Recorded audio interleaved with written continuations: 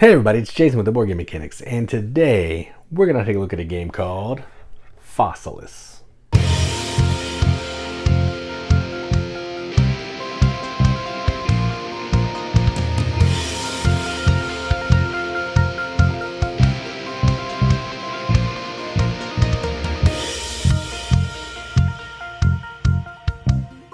Fossilis is a game designed by designer David Diaz, published by Kids Table Board Games, plays 2 to 5 players, ages 8 plus, 45 minutes. And effectively what you are doing in this game is you are an archaeologist, and you are trying to dig around in this dig site to get dinosaur bones to build dinosaurs in the museum. That's that. That's what you're doing. The actions are really cool. You have 4 energy points that you can use. Different actions that you're going to take on your turn cost different energy points. And you're trying to be as efficient as you can to get the most points as you can before the timer of plaster and events runs out and you end the game. So that's enough talking about it. Let's go on the table. Check it out. Life finds a way. All right, so here's a game of Fossilis, all set up for 2 players. So to set up, you're going to have to first set up this dig site. There's a bunch of rules for it in the rule book, whole page over here. So I'll just let you do that, but the long story short of it is you put the bones in there, you put a lid on top, you shake it, you put the scoreboard on top of it, you stack up the tiles, you slide the scoreboard off, and this is what you got. Then each player is going to pick a meeple, a color. They're going to put their score on 0, which is not on the track, but off to this track, and each pick a corner in reverse turn order. Did that. Then you're going to set up the event deck. 3 events. You're going to put 4 times the number of players of plaster on top of the events, and 9 of these special tiles over here, which are actually what are they actually called? Skill tokens. 9 skill tokens. And then you're going to shuffle the tools and the supplies and the dinosaurs. Flip 4 dinosaurs. Flip 2 tools. Flip 2 supplies, and set the tweezers off to the side, and we're ready to go. All right. So on your turn, you have 4 energy to do some actions. The energy of what you can spend it on is here. You can take 1 plaster for 1 energy, move 1 to 2 spaces for 1 energy, jump back onto the board because you may fall off, put a sand, which there are some off the board, back on the board, slide a sand for 1, slide a clay for 2, slide a stone for 3, or excavate. Costs 1 energy plus some plaster unless you're taking a hammer. That just costs an energy. All right, so I think the first thing I'm going to do, yellow is first, and they're going to slide this off. So for 1 energy, they slide this off. It just comes down into their play area. They'll look in there to see if there's any stuff in there, and there is. What's in there? A rib and a hammer, looks like, and some other things. So there's a couple of types of bones in there. I know there's a rib for sure, so I think I want to get that rib. So that's 1. Then I'm going to take a plaster. That's 2, 3. And then if there's a hammer in there, I'm going to take a hammer. There is a hammer. So I'm going to excavate for my 4th one, take a hammer, and spin the hammer for a skill token. And I'm going to take this one, 5 points at the end of the game. You have room for 3, but you're going to lose points as you fill up the other 2 spaces. All right, and that's my turn. Now it is blue's turn. They're going to try to do the same, similar things here. So for 2, they're going to bump this off. 2, because they have to slide it. There's some stuff in there. What's in there? Can't see it. Hammer, tooth, and ribs. Tooth. They're going to try to get that tooth. So for 2 actions, they're going to take 2 plaster. So that's 4, and that's their turn. So 2 plus that is 4. Now, next thing you can do on your turn, you can see here, you can buy 1 card, which I couldn't have done because I could have done that, but I didn't. So what they're going to do is they're going to buy this card. It's worth some points, 3 points, and it'll let them have a special action to get rid of that. And then you can, if you have a dinosaur, if you have a bone in your storage, which is over here, you can put it on a dinosaur to try to start scoring some points that way. But they don't. So back to me. I have 2 plaster.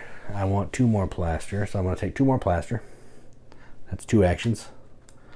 Then I'm going to excavate that rib that's in here, if I can find it without getting up again. Nope, gotta get up. Get the rib. To excavate that rib costs 1 energy, so that's 3 energy. Then I have to spend my 4 plaster because that costs 4 plaster. And this can go down here. And I have one more action. So I think I'm going to move right there. All right, and now I can buy a card. I have this, I'll buy this card. That'll get me 2 points at the end of the game and 1 plaster. Just comes off to the side because I used it. And that goes away. And now I can claim a dinosaur if I want to. And I will claim this one. Yeah, I'll claim this one because you have to have a dinosaur bone necessary to claim it. I do have that. And now I can either on a future turn or now, I can try to get a couple more bones to get a perfect dinosaur. I can score this at some point, and then I'll have these tokens at the end to score points based on how many of them that I have. All right, another dinosaur comes out. Now it is the other player's turn, and they're going to move one. They're going to use this shovel, move 1 clay tile, 1 space. They're going to move this one off, and that will fall off. Gives them access to everything that's in there. That's 1 action. We'll do 1 plaster. That's 2 actions. What's a 3? Anything costs 3? A regular bone, like a femur. They're going to grab this femur for action number 3. Cost 3 plaster.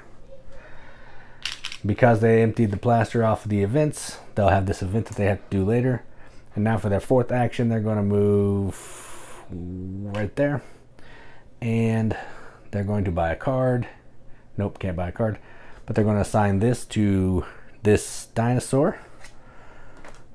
Because it needs a bone, got a bone. And now they'll do the event.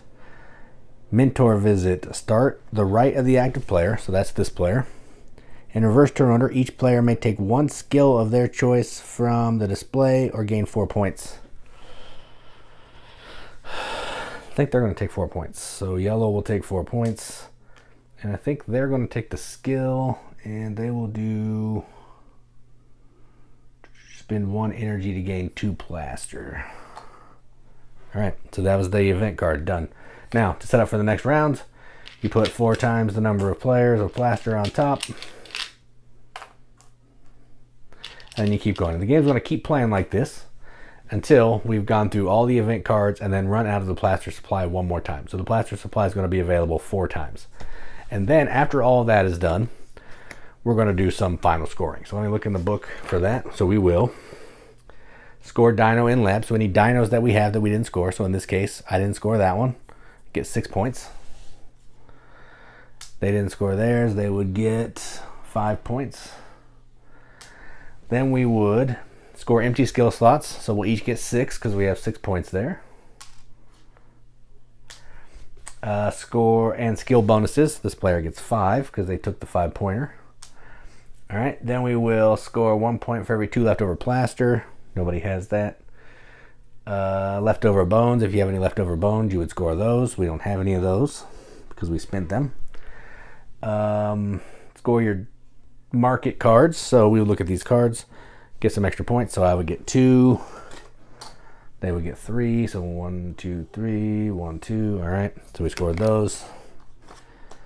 Then we will look at the dinosaur collection. So this is the big way to score. So the reason you want to sometimes just score these quickly is for the tokens up here, the icons.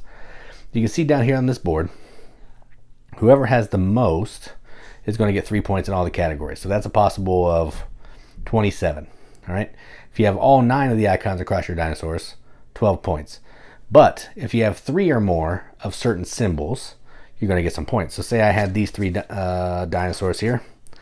We'll just say these are this player's dinosaurs. They have these 4 right here. Okay. So this is how the game ended. So they have 3 meat. So you look here, you have 3 meat, you get 3 points. So they would get 3 points. 1, 2, 3. They have, that's the only one they have 3 of. Okay. Then they would see if they had all 9. They don't have water. They don't have the tea. So they don't have all 9. Then they would look to see if they had the most in each of the categories. They had the most in food. That's it. So they would get 3 more points. And then after all that is done, whoever has the most points is the winner. So you want to you're trying to get these points. Yes, you want to get points during the game, but there's a lot of points to be had in these traits here, which is why maybe you put a bone on the dinosaur and you just complete quickly so you can get the points now and have these icons you need for the set collection at the end. And that's it. That is how you play Fossilis. Let's go up the top, see what we think about it. Welcome to Jurassic Park. All right, well, that was Fossilis. So let's talk about my favorite part of this game, components. This dig site is fantastic. Under all of these tiles here, I'm gonna try not to make a ton of noise. Slots with dino bones. You set this up at the beginning. I alluded to it a little bit at the beginning. You set this up, you sprinkle the dino bones in there separately, and you shake, and whatever happens. They'll go into these slots, so you never know what's gonna have stuff in it. You never know what's not going to. Amazing. I love a game with a gimmick, and this game has a fantastic gimmick, and I love it. The rest of the components are amazing too. You got these, bakelite or bakelite, I'm not sure what the actual term is, but bakelite tiles with screen printed stuff on it. Yeah, it looks like they're screen printed. You got gold, fossil prints, and like opal eggs. Really cool, different, like this is stone, it's gray, clay, sand. I love all that. Plaster's white cubes, fine, whatever. Component, I don't really care. The cards are really easy to see. It costs this, you get this, easy to say. This one costs this, gives you this bonus, gives you some points. Pretty straightforward there, no complaints. Yeah, big fan of the components, big fan of the production, big fan of the art. Kids Table Board Games does some amazing art. Like we have Rec Raiders right there, fantastic art. Hopefully to get more of these games soon because I love the way they look. Let's talk about the gameplay. So this is a really interesting game. It's a pretty simple game. You're just taking some actions, moving around some tiles, digging, trying to collect bones to make dinosaurs. That's it. But when you get multiple players, in a 2-player game this doesn't happen as much, but you're playing a 4 or 5 player game, you're going to be pushing people off the board. And when you push somebody off the board, they got to spend an action on their turn to get back up onto the board, and that sucks. That's terrible. But I mean, you need to go where you need to go. And if you're pushing sand, it might push other sand. If you're pushing stone, it might push other kinds of tiles, and somebody ends up falling off. So that's what it is. Yeah, I love the gameplay. These tiles are amazing, super powerful. They're all great. There's some that have like little frowny faces that you can have a little more interaction if you want, but I take those out because I don't want that. Yeah, the gameplay is fantastic. This board tells you what all the actions are. It can't get any more easy than that. The player board tells you the phases. So there's phase 1, phase 2, phase 3. Take your actions, buy from the market, get a dinosaur card if you have it. Yeah, it's great. Everything about this game, I love it. And this would probably get a 7 normally, but because of the dig site gimmick that goes in the middle of the table, and you have to shake it and set it up, it's going to bump it up a point. So this is going to get a BGM. Except the seal, this is going to get an 8 out of 10 on BGG, which is 4 out of 5 wrenches on an arbitrary wrench scale. That means absolutely nothing, but we like to give it the games that we enjoy, and that's what I'm going to do. So that is Fossilis from Kids Table Board Games. I'm Jason with the Board Game Mechanics, and as always, keep gaming.